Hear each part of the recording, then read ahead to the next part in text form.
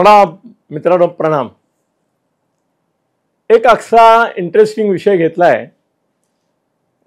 गौप्यस्फोट, अनिल थत्ते स्टाईल, की फडणवीस कोणाला घाबरतात. आता मला माहिती आहे की तुमच्यापैकी काही जे भाजपचे हितचिंतक आणि फडणवीसांचे समर्थक असतील ते म्हणतील, काय अनिलराव, काय अनिलजी, काय चाललंय, काय फडणवीस कोणाला घाबरतात का? तुम्ही विधानच असं केलंय ते आम्हाला मान्यच होणार नाही. सांगा बरं, सांगा सांगा, कोणाला घाबरतात, का घाबरतात, कसे घाबरतात, कुठे तुम्हाला असं दिसतंय की ते घाबरतात? येस, मग ही माझी जबाबदारी आहे की फडणवीस कोणाला घाबरतात हे तुम्हाला सांगणं. आता कुणाला नेमकं घाबरतात हे सांगण्यापूर्वी आपण ते कुणाकुणाला घाबरत असू शकतात असं एक हायपोथेटिकल प्रमेय मनाशी धरून विचार करूया. म्हणजे हा व्हिडिओ जो आहे तो असा समग्र होईल आणि सगळे पैलू त्याचे तपासले जातील. आपण असं आपसामध्ये आपण एकमेकाला विचारूया की फडणवीस शरद पवारांना घाबरतात का? शरद पवारांना त्यांनी घाबरावं असं शरद पवारांमध्ये आता काही उरलं आहे का? माझा प्रतिप्रश्न. शरद पवारांचा पक्ष हा पक्षाघात झालेला पक्ष आहे. अजितदादा निघून गेले, त्याच्याबरोबर बहुसंख्य असे आमदार हे निघून गेले. त्यामुळे लोकप्रतिनिधींमधलं शरद पवारांचं जे बळ होतं ते निघून गेलं. वयपरत्वे ते आता इतके थकलेत की असं एक म्हण आहे की म्हाताऱ्याला आलं बाळसं. बाळसं आणि सूज याच्यामध्ये फरक असते. आता शरद पवार ज्या पद्धतीने फिरत आहेत ते बाळसं नाही, ती सूज आहे, राजकीय सूज आहे. आणि तो जवळजवळ काय म्हणतात त्याला, मरता का न करता या लेव्हलवर जाऊन त्याचं आपण परिशीलन करू शकतो. दुसरी गोष्ट अशी की शरद पवार हे आता असा विचार केला, तुम्ही म्हणाल की अहो हा आहे ना आपला रोहित पवार, आहे ना सुप्रिया, आणि आहे ना तो अमोल कोल्हे. नाही नाही नाही मित्रांनो, नाही. त्या तिघांचाही वकूप इतका छोटा आहे, इतका लहान आहे की शरद पवारांचे ते वारस म्हणून देखील त्यांच्या पक्षामध्ये स्वीकारले जाणार नाहीत अशी स्थिती आहे. शरद पवारांच्या निवृत्तीनंतर म्हणू आपण, सुप्रिया सुळेला कोणी स्वीकारणंच अशक्य आहे. रोहित पवार दुसऱ्या पक्षात जाण्याची शक्यता मला आत्ताच दिसतीये. हा गौप्यस्फोट तेव्हा मी म्हणेन या गोष्टीला जेव्हा मला आणखीन काही पुरावे मिळतील, पण त्याची बोलणी चालू आहेत रोहित पवारची, माहिती आहे सगळ्यांना. जशी जयंत पाटलांची चालू आहेत हे सगळ्यांना माहिती आहे, तसं ही पण आहे. पण शरद पवार हे आता पुनरागमन घेऊ शकतील, करू शकतील अशी स्थिती नाही. त्यांचं आव्हान संपुष्टात आलेलं आहे शरद पवारांचं.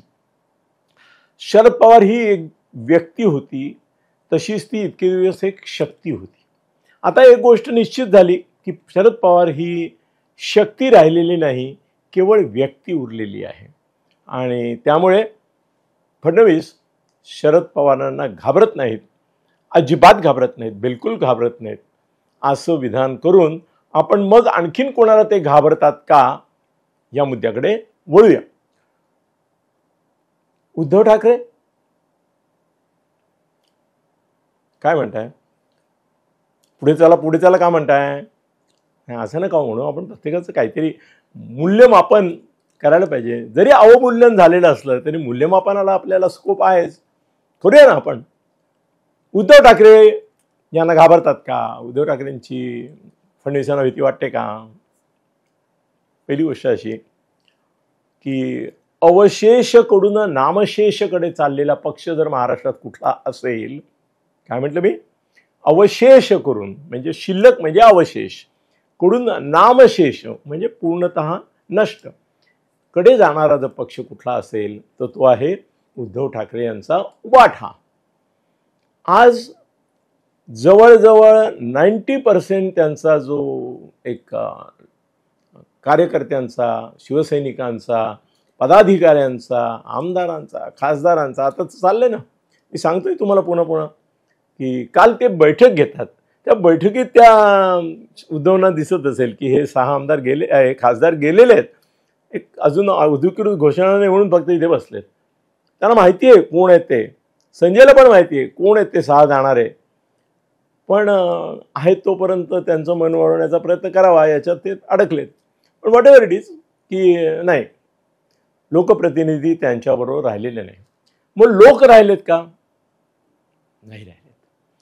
कसं आहे ना की एखाद्या दिव्य भव्य अशा मंदिराचा मूळ मूर्ती असते एक, ती पूजनीय, वंदनीय, चिरंतन स्वरूपात असते. पण त्याचा जो पुजारी असतो तो नैमित्तिक स्वरूपात असतो. त्या पुजाऱ्याच्या जागी दुसरा जरी पुजारी आला तरी देखील त्या पुजाऱ्याला जो मान मिळत होता तो त्याला मिळतो. एक बाळासाहेब नावाची एक मूर्ती ज्यात प्रस्थापित आहे, असं शिवसेना नावाचं जे मंदिर होतं त्याचा आता हा केवळ दक्षिणा गोळा करण्यापुरता उरलेला असा पुजारी आहे. आणि त्या नावावर, आतल्या मूर्तीच्या भांडवलावर आपल्याला काही मिळतं का? दुसरा हेतूच नाही ना जीवनामध्ये. जीवनामध्ये अर्थस्य पुरुषो दासाहा, त्याचा सगळ्यात मोठं उदाहरण उद्धव आहे. आणि ते पैसे मिळणं बंद झालं आता, येणार कुठून? असं आहे, जो देतो त्याला मिळतं. हे पण लक्षात. तुम्हीच स्वतः सांगत फिरताय मला देण्यासारखं काही नाही, तुम्हाला घेण्यासारखं कशाला लोक मानतील? नाही देणार. पहिली गोष्ट अशी की उद्धवची आर्थिक ताकद खच्ची झालेली आहे, खच्ची झालेली आहे. त्याचे नवे स्रोत आटलेले आहेत. आता त्याला कोणी पैसे द्यायला जातो का याच्यावर सुद्धा वॉच आहे. फडणवीस वॉच ठेवतातच, त्यांचा वॉच आहे. त्याला कोण भेटतो, केव्हा भेटतो, कशाकरता भेटतो, त्याचे काय हे असू शकतात धागेदोरे. त्यामुळे नवे पैसे येणं उद्धवला थांबलाय. म्हणजे त्याच्याकडली संघटना गेली, त्याच्याकडला पैसा गेला, त्याच्याकडली सत्ता पण सगळीकडे गेली. आता कसं आहे, सगळ्या महापालिकांवर प्रशासक नेमलेले आहेत. सरकारची इच्छाच नाही आहे मुळामध्ये की इथे प्रशासक जाऊन लोकप्रतिनिधींची सत्ता यावी. याचं कारण असं आहे की आज प्रशासक असतो म्हणजे काय, मुख्यमंत्र्याच्या हाताखाली असतो. कलेक्टर आणि तुमचा DSP, SP हे जसे सरकारी नोकर आहेत, तसा एक सरकारी नोकर प्रशासक आहे. याच्यापेक्षा आणखीन चांगली गोष्ट कोणती फडणवीसांकरता किंवा कोणाही मुख्यमंत्र्याकरता, शिंदे होतं त्याही करता, त्याच्या आधी कुणाची इच्छाच आहे नाही की लोकप्रतिनिधी यावेत. याचं कारण लोकप्रतिनिधींचं मिळून जे सगळं काय नफा तोटा होता तो आता डायरेक्ट प्रशासकाच्या माध्यमातून मंत्रालयात पोचतो ना. आता सगळ्या महापालिकांचं जे लोणी आहे तिथे ताक घुसळण्याचं काम जे प्रशासक करतात ते लोणी येतं ना, जिथे यायचं तिथे पक्षनिधीच्या खाती येतं. कारण फडणवीसांना काही वैयक्तिक मोह नाही, आपण कबूल केलेला आहे आणि ते खरं आहे. पण पक्षासाठी लागणारा सगळा निधी यांचा गेला ना, उद्धवकडे आता पक्षनिधी नाही. आणि दुसरी गोष्ट अशी की उद्धव भित्रा आहे. उद्धव इतका भित्रा राजकारणी नाही. त्याला जराशी हूल जरी कुणी मारली तरी तो ततपपा होतं त्याचं. ते फक्त सभेमध्ये, कुठे सभेमध्ये आपल्या शिवसैनिकांना दाखवण्यासाठी मी अजून मर्द आहे त्यांच्याच भाषेत सांगायचं तर त्याच्या पलीकडे काही नाही. त्यामुळे ते काय टक्कर देणार, ते काय मुकाबला करणार, ते काय शह देणार, ते काय प्रतिशह देणार, ते कुठल्या पद्धतीने फडणवीसांना अडचणीत आणू शकतात, काही नाही. अहो त्यांची निदर्शनं होतात ना आता TV वर, मुद्दाम बारकाईने बघा. 25-50 वर्षापेक्षा जास्त लोक नसतात, त्यांना भाड्याने आणायची लोक वेळ आली आहे. इतकी अवस्था वाईट आहे. त्यांचं अस्तित्व शिवसेना उद्पाठाचं किंवा उद्धव ठाकरेचं हे फक्त संजय 9 वाजता बोलतो म्हणून आहे. ज्या दिवशी सकाळी 9 वाजता संजय बोलणं बंद करील त्या दिवशी उभाठा नावाचा पक्ष आणि उद्धव ठाकरे नावाचा नेता होता हे देखील लोक विसरून जातील. खोटं नाही बोलत आहे मी, खरंच सांगतो. मी सांगा ना मला, उद्धवचं कुठे अस्तित्व आहे, काय तत्व राहिलं आहे, काय महत्त्व राहिलं आहे, काय प्रभुत्व राहिलं आहे, काय हिंदुत्व राहिलं आहे, काय मुद्दा राहिला आहे त्याच्याकडे? नथिंग. संजय राऊतच्या रूपाने तो फक्त जिवंत आहे. त्या दिवशी संजय राऊत बंद, त्या दिवशी शिवसेना गुंडाळी पूर्णपणे, कागदोपत्रीच फक्त लेटर हेड पार्टी होईल ती. मग फडणवीस कशाला घाबरतील? अर्थातच नाही घाबरत, नाही घाबरणार.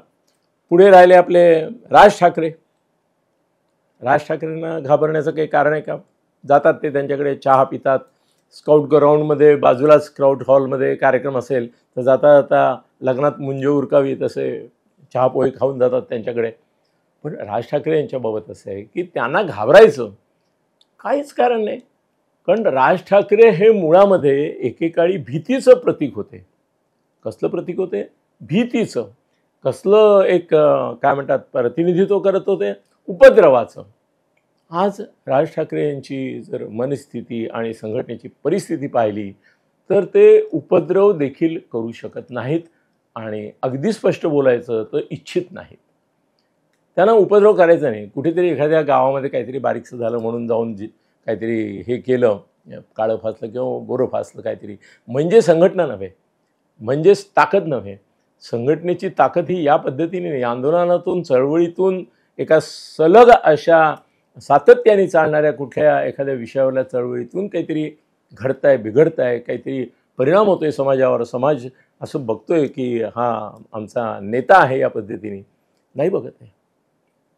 मराठी समाजाला आठवण करून द्यावी लागते की होय, तुम्ही मनसेचं पण नाव आहे आपल्या महाराष्ट्रातल्या राजकीय पक्षांमध्ये. त्यामुळे राज ठाकरे यांना एक भेट दिली, त्यांचे चहा पोहे त्यांच्याच खर्चाने खाल्ले आणि त्यांनीच दिलेला गुच्छ घेतला की ते नरमतात, मऊ पडतात, एक सौजन्याने वागायला लागतात. आणि 2 दिवसापूर्वी आपणच काय पक्षाला शिव्या दिल्या होत्या हे विसरून एकमेकाचे गोडवे गातात. राज ठाकरे हे आव्हान नाही, फार तर आवाहन आहे की ते आवाहन करीत असतात, सरकारला पत्र पाठवत असतात, काहीतरी विनंती करत असतात. एकदा तुम्ही विनंती केली की मग तुमची धमकी देण्याचं सामर्थ्य संपुष्टात आल्याचं ते चिन्ह असतं, जेव्हा तुम्ही विनंती करायला लागता. खरंच आहे. मग आता अजितदादा काय म्हणताय? अजितदादांना फडणवीस घाबरत असतील? नाही. कशाला लांबण लावू मी? नाही घाबरत. याचं कारण असं आहे की अजितदादांचं अस्तित्वच हे ते नकोशी नावाची कादंबरी वाचली होती मी. पिक्चर पण आला होता का काय मला माहिती नाही, पण त्याच्यामध्ये मुलीला नकोशी असं एक हे दिलं होतं त्यांनी. हा नकोस आहे. कोण? आपला अजितदादा. हा नकोस आहे. हा कुणालाच नको आहे. हा असा काय म्हणतात त्याला, तो स्वतःशीच, काही माणसं आहेत ना रस्त्याने जाताना हातवारे करत जातात, पुटपुटत जातात, असं लक्षात येतं की हा काहीतरी गडबड आहे याच्यामध्ये, हा स्वतःशीच बोलत चालला आहे. याचं जगाशी काही नाही, हा जगामध्ये एक बेट करून स्वतःचं हे करतो आहे. अजितदादा निर्मित एका अशा आयसोलेटेड बेटवर आपला छोटासा ग्रुप घेऊन मेंढरांचा उभे आहेत. त्याच्या पलीकडे ते नाहीत. त्याने कल्पना आहे. मुळामध्ये ते स्वतःच ज्या वेळेला या पक्षाबरोबर आले तेव्हा त्यांनी आपली दात आणि नखं बाजूला ठेवली. आता त्यांच्याकडे पंख आहेत असं त्यांच्या विधानसभेतल्या विजयानंतर वाटतं आहे की 2 पंख आहेत, अजून दात नखं काढली असली तरी त्यांची. पण ते 2 पंख देखील तुम्हाला माहिती आहे ना, कबुतरं उडू नयेत म्हणून किंवा पक्षी घरातले उडून जाऊ नये, पोपट यांना एक असा दोऱ्याने धाग्याने बांधून ठेवतात त्यांच्याच पायाला, म्हणजे ते असे पंख फडफडवून उडून जात नाहीत, मग घरभर फिरत राहतात ते. अजितदादांचे पंख कापले नाही आहेत पण ते बांधून ठेवलेत. अजितदादा बंड नाही करू शकणार आता, कुणाच विरुद्ध नाही. त्यांचं शेवटचं आयुष्यातलं आणि पहिलं आणि शेवटचं खरं बंड हे शरद पवारांविरुद्ध. ते फसलं नाही याचं कारण भारतीय जनता पक्षाने त्यांना आधार दिला, आश्रय दिला. ही आश्रयदात्याची भूमिका ही कायम आहे आजही. कुणाच्या बाबतीत? अजितदादांच्या बाबतीत. आणि अजितदादा हे देखील आश्रित याच भूमिकेमध्ये भारतीय जनता पक्षाबरोबर आहे. झालं. शरद पवार, उद्धव ठाकरे, राज ठाकरे, अजितदादा झाल्यानंतर आता एकनाथ शिंदे यांच्याकडे आपण येऊया. एकनाथ शिंदेंना फडणवीस घाबरतात का? एक पॉज एवढ्या करता घेतलाय की तुम्ही तुमच्या मनातलं उत्तर द्यावत. दिलं? बरोबर आहे, बरोबर आहे, बरोबर आहे. तुमच्यापैकी बहुसंख्य लोकांनी दिलेलं उत्तर बरोबर आहे. फडणवीस जर कुणाला घाबरत असतील, मध्ये ते पिल्लू सोडू नका तुम्ही, मोदी शहांचं नाव नका घेऊ. आपण आत्ता महाराष्ट्रामध्ये त्यांना आव्हान कोण वाटतं, कोणाची भीती वाटते ह्याच्याबद्दल बोलतोय ना. मग मला असं तिकडून खुणावू नका की मोदी शहा नाही, मोदी शहा नाही. आपण तो विषयच नाही घेतलेला. त्याच्याबाबत वेगळं विधान आहे माझ्याकडे, वेगळं समालोचन आहे माझ्याकडे, बोलीन मी काय आहे एक्झॅक्टली स्थिती, ती दाखवतात काय आहे काय वेगळं. पण आता एकनाथ शिंदे यांना ते घाबरतात का याचं सरळ सरळ स्पष्ट निसंदिग्ध असं जर उत्तर तुम्हाला हवं असेल तर ते आहे होय, होय, होय. आणि याचं कारण महत्वाचं एका वाक्यात जर तुम्हाला सांगायचं ते असं आहे की फडणवीसांकडे जे जे नाही ते एकनाथ शिंदे यांच्याकडे आहे, आणि एकनाथ शिंदेकडे जे आहे त्यातलं बरंच काही फडणवीसांकडे नाही. फडणवीसांकडे नाही. एकनाथ शिंदे हे संघर्षातून पक्ष नेतृत्वाला आव्हान देऊन आणि पक्षाबाहेर पडून एक समर्थ असा पक्ष उभा करून मुख्यमंत्री झाले, पक्षप्रमुख झाले. देवेंद्र फडणवीस हे तसा विचार केला आणि तो शब्द कदाचित कोणाला खटकला तरी देखील असं म्हणावं लागेल की ते ऐत्या बेळावरचे नागोबा आहेत. फडणवीस हे स्वयंप्रकाशित नेते नाहीत, ते स्वयंघोषित आहेत असं फार तर तुम्ही म्हणू शकता, कारण ते वारंवार दावा करत होते मीच मीच मीच मीच मीच. त्यामुळे स्वयंघोषित आहेत पण स्वयंप्रकाशित नाहीत, स्वावलंबी नाहीत, स्वयंप्रज्ञ आहेत, स्वयंप्रज्ञ आहेत पण स्वावलंबी नाही, स्वतंत्र नाही, ते स्वतंत्र नाही. दुसरी गोष्ट अशी की हे सगळं नेमकं एकनाथ शिंदेकडे आहे. एकनाथ शिंदेनी स्वतःचा स्वतंत्र पक्ष काढलेला आहे आणि तो पक्ष ते बळकट करत चाललेले आहेत. मूळ शिवसेना जेवढी स्ट्रॉंग होती, समर्थ होती, शक्तिशाली होती, ती शिवसेनेचं जे एक अत्युच्च असं स्तर होता, पातळी होती, त्या पातळीची शिवसेना बांधण्यासाठी ते गावोगाव फिरत आहेत. भारतीय जनता पक्षाचे फडणवीस आहेत. फडणवीसांना भारतीय जनता पक्षाने आणि केंद्रीय नेतृत्वानेही ही संधी दिली. ती का दिली हा वेगळ्या व्हिडिओचा विषय आहे, ती कशी त्यांनी मिळवली तो वेगळ्या व्हिडिओचा विषय आहे. पण त्यांना ती दिली नसती तर आज फडणवीसांच्या वेळी एकनाथ शिंदेच पुन्हा मुख्यमंत्री असते, कारण अमित शहांनी त्यांनाच सांगितलं होतं की तुम्हाला मुख्यमंत्री करतोय. 132 मिळाल्यामुळे भाजपवाले चौताळले आणि ऐकायला तयार नव्हते. त्यावेळेला त्यांना सांगावं लागलं. काल संजयने त्याच्या रोखठोकमध्ये जे डायलॉग दिले, जे टी व्हीवरून दाखवत आहेत ते सपशेल खोटे आहेत, आता सांगतो तुम्हाला. आणि हे एकनाथजीनं मी विचारलं, म्हटलं हे संजयचे डायलॉग येत आहेत, तुमचाच मित्र आहे, मला म्हणाले किती खोटं बोलू शकतो हे तुम्हाला माहिती आहे तो. आणि असं वर्ड टू वर्ड ते म्हणाले मी आणि अमित शहा यांच्याशिवाय कोणी नव्हतं तिथे, जिथे मिटिंग झाली 4 वाजता पहाटे. मी बोलणं शक्य नाही, अमित शहा तर त्याहून अजिबात शक्य नाही. हे असे डायलॉग एवढे. बरं, त्यांनी त्याच्यामध्ये चलाखी केली की भाजपच्या गोटातूनच मला हे डायलॉग डिक्टेट केले गेले. त्याला कारण लोक विचारतील ना, अरे तुला काय माहिती त्या दोघांचं काय बोलणं झालं. आणि भाजपवाल्यांशी शेअर केलं असेल अमित शहानी, छोडो बात यार. अमित शहाना मग तुम्ही ओळखलंच नाहीत जर अमित शहा असे डायलॉग टू डायलॉग एखाद्याने संवाद लिहून द्यावे तसे दिलेत. आणि ते पूर्णपणे खोटं आहे, एक अक्षरही त्यातलं खरं नाही आहे. असे डायलॉग नाही झालेले त्यांच्यामध्ये. काय झाले ते मी नाही सांगू शकणार आहे तुम्हाला, मी नाही सांगू शकणार आहे. पण ते झालेले नाहीत एवढं मी एकनाथजींच्या हवाल्याने सांगू शकतो. माझं बोलणं झालं. म्हणाले आता काय तुमचा मित्र आहे, बघा किती काल्पनिक लिहितो. आणि ते म्हणाले सगळे चॅनल ते दाखवतात वाक्य, आणखीन काय पाहिजे. ठीक आहे म्हणे, आम्ही काय बोललो आम्हाला माहिती आहे, त्याचे काय परिणाम व्हायचे ते आम्हाला माहिती आहेत, ते कसे होतील केव्हा होतील ते बघू, तुम्हाला कळेल तुम्हाला मग त्यावेळेला की अमित शहा माझ्याशी काय बोलले असतील. हे काय सांगतो, ते त्यांना तो भयंकर राग आला होता त्याचा. आणि काय झालं की मी त्यांचा मित्र असल्यामुळे संजयचा त्यांचा राग माझ्याकडे व्यक्त करतात. किती धादांत खोटं लिहायचं. हे कुठल्या भाजपवाल्यांनी याला सांगितलं, नाव घेऊन कुठल्या भाजपवाल्यांनी सांगितलं सांग? शक्यच नाही, कारण अमित शहाच बोलणं शक्य नाही. Whatever it is, Eknath शिंदेकडे येऊ आणि फडणवीस त्यांना का घाबरतात हे सांगू.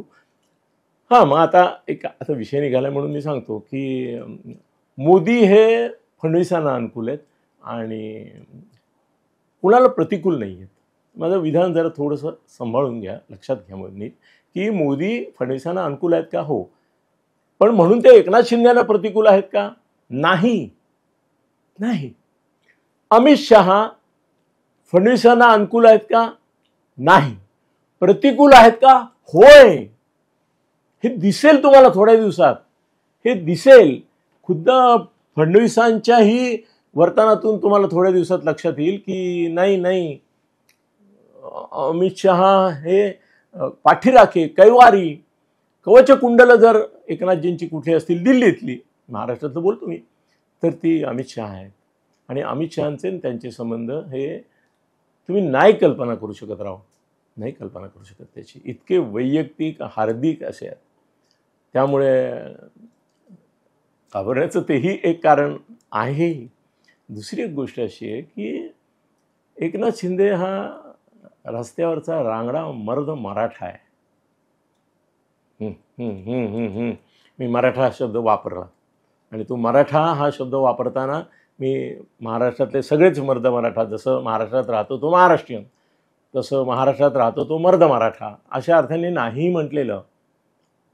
ब्राह्मणसुद्धा म्हणू शकतात आम्ही पण मराठे आहोत, महाराष्ट्राचे ते मराठे. हा सच्चा अस्सल मराठा आहे.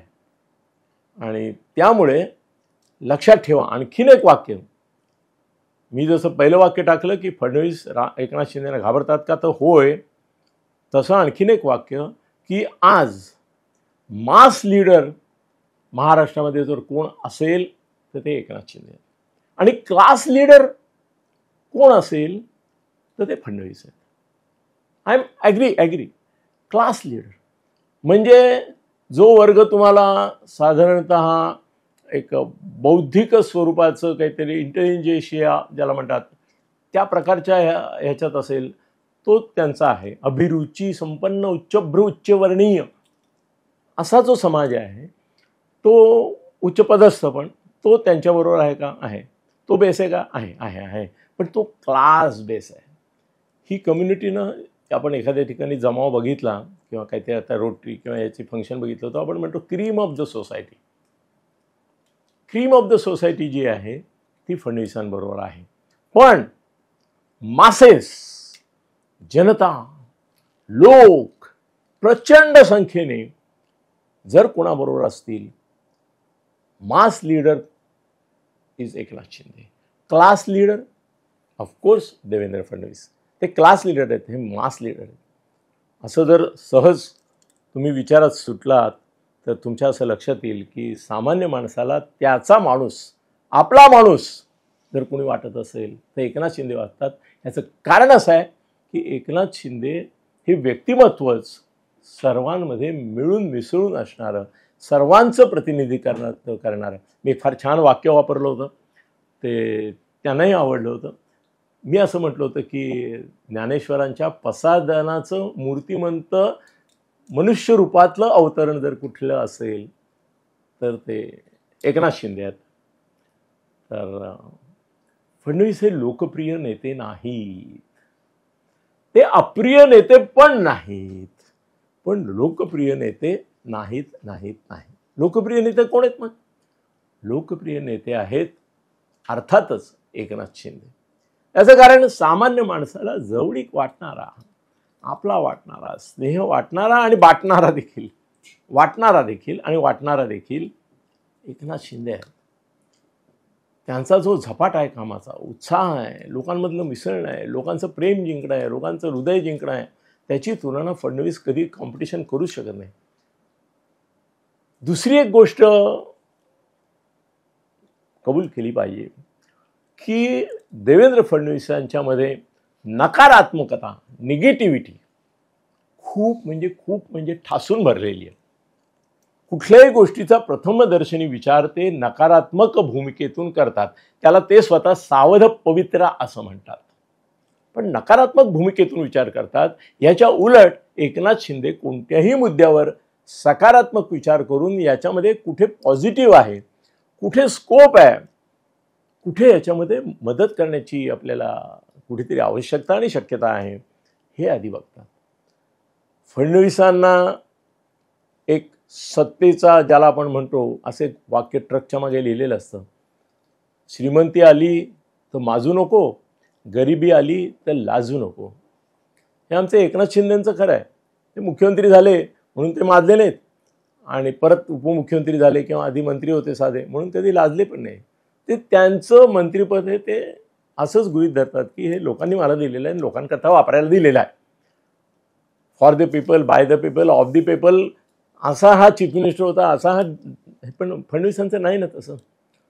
फडणवीसांना असा एक गर्व, अहंकार आहे की मी सर्वांवर मात करून एकनाथ शिंदेंना डावलून, शह देऊन निवडून आणलं. 132 माझ्यामुळे आले. यावर एकनाथ शिंदे जे म्हणतात की 2 वर्ष मुख्यमंत्री मी होतो तेव्हा माझ्या चेहऱ्यावरच तुम्ही निवडणूक लढवली. तुम्ही तर उपमुख्यमंत्री होतात. बरं, उपमुख्यमंत्र्याला एकनाथ शिंदे जे महत्त्व देत होते त्यांच्या काळात, ते महत्त्व द्यायला नकार देतात एकनाथ शिंदे, आहे देवेंद्र फडणवीस. ही फॅक्ट आहे. ज्या सन्मानाने, मानाने, प्रतिष्ठेने, आपुलकीने आणि सर्वाधिकार तुमचेही आहेत.